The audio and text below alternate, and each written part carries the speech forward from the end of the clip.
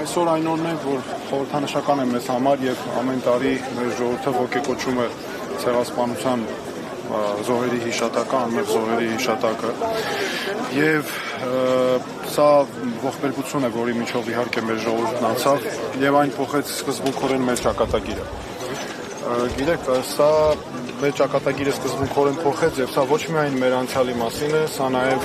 այն մասին է, թե ով ենք մենք հիմա։ Առհասարակ ես այստեղ 3 հիմնական հարց կառաջնացնել։ Ինձ համար ցեղասպանությունը առաջին հերթին հիշողություն է այն մարդկանց մասին, ովքեր ենթարկվեցին դաժանությունների, ողբերգությունների, սպանությունների, զանգվածային եւ բռնագաղթի։ Երկրորդը մենք պետք է գիտակցենք այն հետևանքները, որ մեզ համար առաջացան ցեղասպանության արդյունքում։ Այն մեզ առավել խոցելի դարձրեց այդ ժամանակ, այն կոտրեց մեծապես ազդեց բացասական մեր դիմադրողականության վրա, մենք մեծ վնասներ կրեցինք տնտեսական բոլոր առումներով։ Եվ երրորդը մենք սրա արդյունքում դարձանք աշխարհասփյուռ։ Բայց նաև աշխարհասփյուռ աշխարհի բոլոր երկրներում, բայց նաև միավորված ճակատագրով ու մեր պատմությամբ։ Գիտեք, այս ամենի արդյունքում մի հարց է առաջ գալիս. արդյոք մենք կարող ենք մոռանալ այս ամենը։ Իհարկե ոչ։ Արդյոք մենք ընդհանրապես պետք է հրաժարվենք մեր պատմությունից, իհարկե ոչ, եւ հույս ունենանք որևէ մեկի բարեհաճության։ Այստեղ մի հարց կա ինձ համար. արդյոք այս օրը կամ ցեղասպանությունը մեզ համար միայն ատելության ու չարության մասին է։ Իհարկե ոչ։ Ինչ նկատի ունեմ։ Մենք շատ կարևոր է, որպեսզի այս ամենը օգտագործենք, այս ամենը նկատի ունենանք եւ սա օգտագործվի, մենք օգտագործենք քաղաքականության մեջ եւ մեր երկրի ապագայի համար, մեր հանուն մեր երկրի ապագայի, որովհետեւ մենք չենք կարող որոշենք հանկարծ մոռանանք ու մեկ էլ հրաժարվենք, որովհետեւ մեր պատմությունը կգրեն մեր փոխարեն ուրիշները։ Այդ ժամանակ մենք ընդհանրապես կկորցնենք մեր անհատականությունը, կկորցնենք մեր ինքնությունը եւ իսկ երբ ուրիշները գրեցին մեր պատմությունը, վերաշարադրեցին, մենք կվերանանք այլևս աշխարհի երեսից։ Դրա համար ես այստեղ երկու բան կասեմ։ Մենք չպետք է մոռանանք, որովհետև սա մեր ազգային ինքնության մասին է, մեր ճակատագրի մասին է։ Երկրորդ, մենք պետք է հիշենք հանուն մեր ապագայի, հանուն այն նրա, որ մենք ավելի ուժեղ դարձնենք։ Դրա համար մենք կարևոր ենք համարում ցեղասպանության միջազգային հանցագործության կանխարգելման տեսանկյունից, որովհետև սա ոչ մեկ չի կարող ժխտել, այն գոյություն ունի եւ մենք պետք է հետապնդենք այս հարցը, պետությունը պետք է հետամուտ լինի, բայց մյուս կողմից ցեղասպանության ճանաչումը դարձնելով ոչ թե ինքնանպատակ հարց, այլ հանուն նրա, որ ամրացնի ել ավելի մեր պետության դիրքերը եւ մենք առավել ամուր կանգնած լինենք։ Պարոն Թաթյան, Փաշինյանն էլ ասում է չմոռանանք, բայց օրինակ պետք է հաջորդ օրն էլ խորոված Փարթյանենք, որովհետև քաղաքացու օրն է։ Ինքն էլ է ասում, չենք մոռանա։ Տեսեք, այստեղ սկզբունքային մոտեցումներ կա։ Եթե նա լիներ ազգային գործիչ, եթե նրա համար մեր ազգի շահերը լինեին կարևոր ու առաջնահերթ, միգուցե նման այդպես խորոված Փարթի անելը այդպես կարելի էր երևի ինչ-որ մի ձև թեևելի անարգանք կլիներ, բայց նա ակնհայտ է, որ այդ ամենը անում է ոչ ի նպաստ մեր երկրի շահերի, նա անում է, որովհետև որպեսզի արժանանա ադրբեջանական իշխանության բարեհաճությանը, թուրքական իշխանության բարեհաճությանը, որպեսզի հանդիպումների ժամանակ ուսին տնպաստեն գովեն, ասեն, այ լավ է այդ ամենը անում։ Նրան ասում են, օրինակ Ադրբեջանի նախագահ ասում է շարժվի աճ, շարժվում է աճ, ասում է թռի, ասում է ինչքան պետք է թռնեմ, 2 մետր թե 3 մետր թռնեմ։ Այդ պայմաններում խոսել մի բանի մասին, որ ցեղասպանությունը հիշենք, այն էլ հատուկ վերել մցրել են մի հատ էլ մեծ եղել տերմինը, ես կարծում եմ դա պատահական չի, դա մոռացության տալու, ժխտողականության քայլերից մեկն է մեր այն մարդու կողմից, ով զբաղեցնում է երկրի ղեկավարի պաշտոնը։ Հետևաբար ինձ համար այդ խոսքերը ընդամենը ցեղասպանության այս միջազգային հանցագործությունը, ողբերգությունը մոռացության տալու, մեր ազգային շահերը չհետապնդելու մասին։ Պարոն Թաթյան, մի հարց ընտրական թեմա է, Իր ուղերձում Փաշինյանը նշում է, որ 29743 քառակուսի կիլոմետր մենք արդեն տարածք ունենք, համեմատում է Սինգապուրի հետ, որ Սևանի 2/3-ի չափով է տարածքը, բայց 5.5 միլիոն բնակչություն ունեն, մեր երկիրը թերբնակեցված է եւ սա ասում է ցեղասպանության ուղերձում։ Այսինքն այն կոնտեքստով, որ մենք տարածքային պահանջներ չպետք է մնանք։ Արդյոք ցեղասպանությունը տարածքային պահանջների մասին։ Գիտեք, այս կեղծիքի աստիճանը այնքան տհաճ է արդեն։ Հələ բերեք հիշենք 2020 թվականից առաջ ինչ էր ասում։ Ասում էր 2050 թվականին մեր բնակչությունը պետք է լինի 5 միլիոն։ Իսկ հիմա 2050 թվականին վիճակագրական ժողովրդագրական տվյալներով միայն 24.4% եւ մոտավորապես 24% լինելու են տարեցներ։ Մեր բնակչության, մեր երկիրը շատ արագ ծերանում է։ 1.6, 1.8 ծնելիություն է արդեն ընտանիքներում։ Շուտով մեր ընտանիքները ընդամենը 1 երեխայից ավել այսպես շարունակվից չեն ցանկանալու ունենալ։ Առավել եւս մարդիկ ապահով ապագա չեն տեսնում։ Այդ պայմաններում թերբնակեցված ինչ է նշանակում, այսինքն դու 8 տարի լինես իշխանության խոսես քո երկրի թերբնակեցումից, հենա մենակ հաշվենք օրինակ ինչ որ մի հատ մարզ, ասենք դե լավ, բերեք այդ մարզով կակրած կոմպակտ կապրենք իրար հետ, էլի, բոլորը գնանք տեղափոխվենք այդ մարզի մեջ։ Այսինքն սա գիտեք ինչ է, նաև սեփական դե ասում է թերբնակեցված ենք, համեմատում է ուրիշ երկրների հետ, ասում է ավելի փոքր տարածքով, չէ՞, դե տրամաբանությունը ապրենք։ Եվ մի հատ էլ հիշենք 2020 թվականից առաջ ինչ էր խոսվում եւ Արցախի մասին, որովհետեւ մենք այստեղ ունեցանք նաեւ երկրորդ ցեղասպանություն։ Ես համարում եմ, որ այս իշխանությունների օրոք մենք ունեցել ենք 3 պատերազմ, 3 պարտություն խոշոր եւ 1 նոր ցեղասպանություն։ Թուրքիայի դրոշ այրելը ինչպես է գնահատում, պարոն Թաթյան։ Ես համարում եմ հետեւյալը։ Այլմո Մարոկյանն ասում է, որ դա պետություն չունենա։ Տեսեք, ինձ համար հարցը հետեւյալն է, դա դրոշ այրելը մեր որոշակի հասարակության խումբ է անում, ինձ համար կարևորը դա, ինձ համար ցեղասպանության այս նվիրական օրը, ապրիլի 24-ը, նախ ասեմ, որ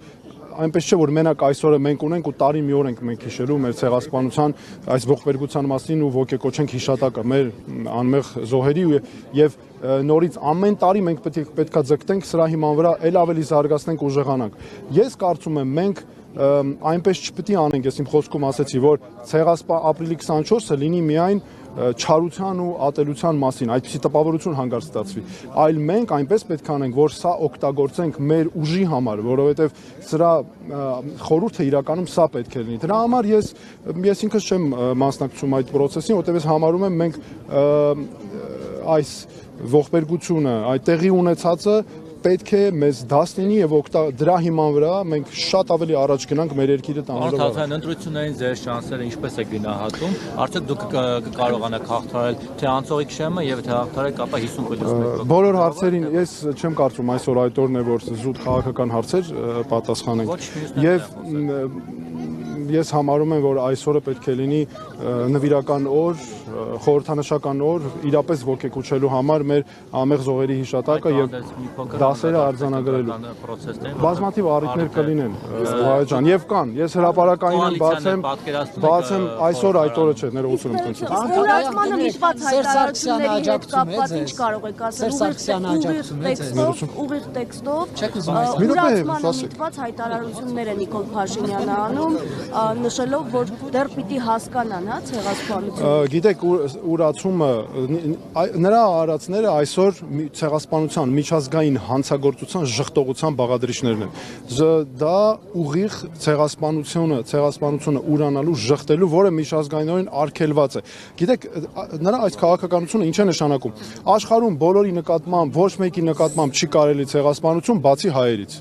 Սա է ստացվելու։ Աշխարհում ոչ մեկի նկատմամբ չի կարելի հանցագործություն կատարել, բացի հայերից։ Աշխարհում ոչ մեկի նկատմամբ մարդկության դեմ ուղղված կամ այլ հանցագործներ չեն կարող էլի բացի հայերից, այսինքն մենք միայն այն մարդիկ ենք, որ ասում են, բանը, մի հատ էլ տերմին է մտածել, մենք մեր յուղով տապակվենք։ Այնա դու քո յուղով տապակվում ես Ադրբեջանի ու Թուրքիայի համար շահերը սպասարկելով։ Մենք ասում ենք, մենք հայ ժողովուրդ ենք, ուժեղ ժողովուրդ ենք, մենք մեր պատմության մեջ բազմաթիվ նվաճումներ ունենք եւ շարունակելու ենք ու մենք որևէ բանից չի կարող որևէ մեկից մեզ վախեցնել։ Եթե շատ խոսենք պատմական արդարությունից, կարող է պատերազմ լինել։ Տեսեք, ես ասել եմ հատուկ իմ ուղերձներից մեկում, ով խոսում է ես կամ պատերազմ խոսույթով, ուղղակի վաճառում է մեր ինքնիշխանությունը, վաճառում է մեր ինքնիշխանությունը, եւ այս իշխանության մնալու դեպքում այս քաղաքականությունը պատերազմի տանող ուղիղ քաղաքականություն։ Դա ոչ, մեզ աջակցում է մեր թիմը, մենք մեր թիմով ենք այստեղ, միշտ էլ այդպես է, մենք ինքնուրույն ենք եւ այս մեր քաղաքական ուղերձները այն ինչ որ անում ենք մեր գործունեությունը ամբողջը ինքնուրույն Իսկ ով է ֆինանսավորում այդ դեպքում։ Այս հարցերի համար ես խոստանում եմ հիմա որ բացենք ով է ֆինանսավորում, որտեղ Միքայել Միրասյանի անունն են ասում։ Տեսեք, դուք Սերժ Սարգսյանի իրականության լսեք ասեմ Ժողովուրդ ջան, եկեք մնանք այս թեմայի շրջանակում դրա հետ կապված բազմաթիվ առիթներ կան, ես հրապարակային եմ, այնինչ ասում ենք ճիշտ է։ Միլիոնավոր դոլարներ դժվար հավաքում։ Դրա մասին խոսենք մանրամասն։ Ոչ, այդպես չի։ Այդպես չի, Ժողովուրդ ջան, այսի չեք դուք ասում։ Թվերը քննարկենք, Ժողովուրդ ջան, մեր թիմակիցները երեք պատասխանել են ձեր հարցը, բայց թափանցիկ պատասխանել են։ Այս թեմայի մեջ ենք մնում այսօր։ Թաթարյան կներեք։ Դուք որ գաք իշխան Պարոն Թաթարյան ներողություն, դուք որ մարդու իրավունքների պաշտպանի պաշտոն եք զբաղեցնում այդ ժամանակահատվածում քաղբանտարկյալներ եղել են թե չէ։ Նարեկ ջան, մնում ենք այս թեմայի մեջ, խնդրում եմ։ Մնում ենք այս թեմայի մեջ։ Դրա մասին բազմաթիվ առիթներ, ես անդադ ասուլիսներ եմ տալիս, հարցազրույցներ եմ տալիս։ Այս օրից բացի ցանկացած օր։ Արցախում շարունակվեց ցեղասպանությունը, հայոց ցեղասպանությունը, ասում են շարունակվեց Արցախում էթնիկ զտումները, նաև ցեղասպանական գործողություններ էին։ Հիմա տեսնում ենք, որ իշխանությունները այս հարցի շուրջել են այսպես լռություն պահպանում խորհրդավոր եւ հավանական է նաև այո այդ միջազգային հայցերի հետ կապված թեման աղմկահարույց նոր թափավակի վերընտրվելու դեպքում։ Դուք ինչպես եք տեսնում հեռանկարը, էլի դատապարտման Արցախում կատարվածի։ Եվ ձեր քաղաքում Արցախում մենք գնահատականը տվել ենք արդեն, որ էթնիկ զտումներ ու նաև նոր ցեղասպանություն է բերել այս իշխանությունը մեր ժողովրդի գլխին եւ հայոց պատմության մեջ երբեք չի եղել, որ Արցախում հայ չապրի։ Հակառակը Արցախն ու Սյունիքը եղել են այն մեր պատմական հայրենիքի մասերը, այն մեր հայրենիքի առասարակ եւ պատմությամբ, երբ ամենաշատն են հայեր եղել։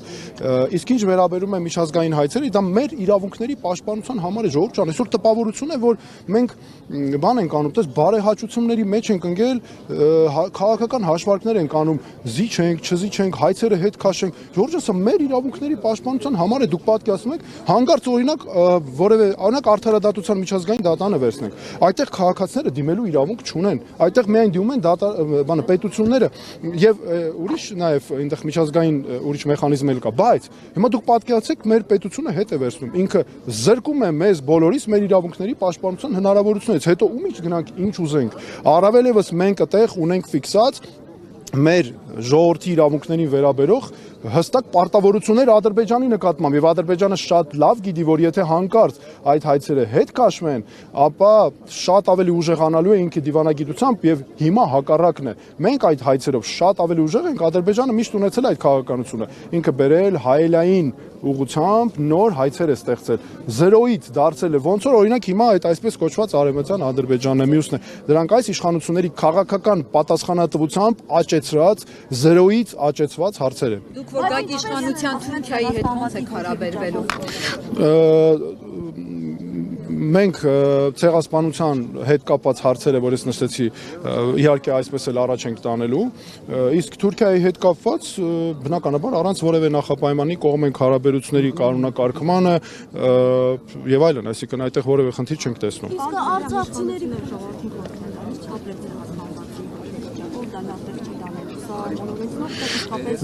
Նրանց քաղաքականությունն է, որ տանում է, ապրեցնում է միշտ այդ ցեղասպանվածի հոգեվիճակի մեջ է պահում, զիջել, անընդհատ, վախերի մեջ ապրել, չզարգանալ, այսօր այնպես են դարձել, հանկարծ խոսում ես մեր ուժեղանալու մասին, ասում են վայ բա պատերազմ կլինի, խոսում ես բանակը ուժեղացնելու մասին, ասում են վայ բա պատերազմ կլինի։ Այս ժողովուրդ ջան, եթե մենք մեզ չուժեղացնենք, մենք ուժով չլինենք, բանակը չուժեղացնենք, մեր անվտանգության համակարգը ոչ ման չենք ունենա, եկեք հələ վերցենք Երասխի դեպքը, ակնհայտ դեպք, Երասխում ուզում էին գործարան կառուցել, չէ՞։ Ադրբեջանը մի քանի անգամ կրակեց, գործանը տեղափոխեցին։ Ինչ է ստացվում, որովհետև մենք ուժով չկարողացանք դա պահել, որովհետև Նիկոլ Փաշինյանի այնպես չի արել այս իշխանությունը, որ որևէ մեկը չփորձի մեզ սպառնել պատերազմով։ Դու ուրեմն 6 տարի, տեսեք ինչու եմ ես 6 տարի անընդհատ շեշտում, շատ ավելի քան ժամանակահատված է, քան առաջին եւ երկրորդ համաշխարհային պատերազմների միջև։ Դու ուրեմն այսքան ժամանակ ունենաս, քո անվտանգության համակարգը չզարգացնես, առաջ չտանես, որ որևէ մեկը ռիսկ չանի հանգարց քեզ սպառնա։ Հիմա գիտեք ոնց պետք է լիներ, կապ չունի ով է վարչապետը։ Այդպես պետք է լիներ, որ եթե երկիրդ ունի զսպման կարողություններ, ցանկացած մեկը պետք է նկատի ունենա, ով փորձի մեր երկրի նկատմամբ ոտնձգի, հենց օրը կընկնի, որ միանգամից կոլապսի մեջ կհայտնվի։ Այդպես պետք է լինի մեր երկիրը։ Երեխաների կյանքերի եւ արյան հաշվին եք դուք նման բաներ ասում։ Մենք ասում ենք սա նրա համար, որ ունենանք հանուն,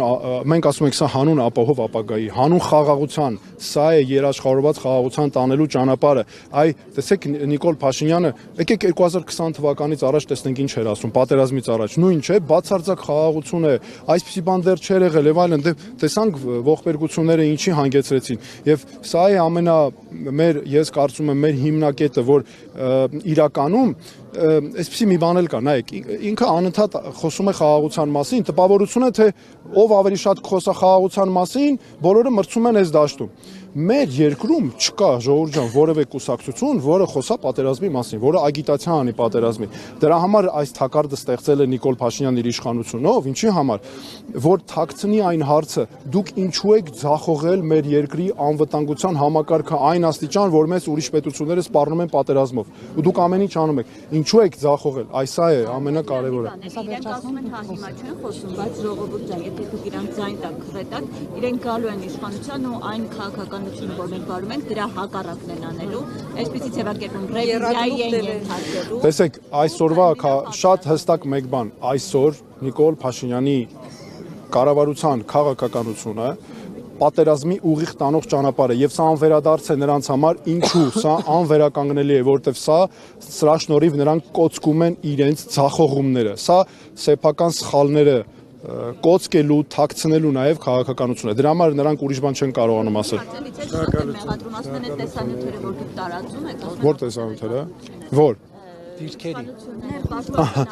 Գիտեք, շատ ծիծաղելի է, որովհետեւ Այսօր սա ասում Ինչ Արայիկ Հարությունյան։ Աշխատակազմի ղեկավարը, որ քոնը Google-ից սկրիններ։ Ուրեմն ես Արայիկ Հարությունյան մի անգամ ասել եմ, հիմա էլ եմ ասում, ինքը թող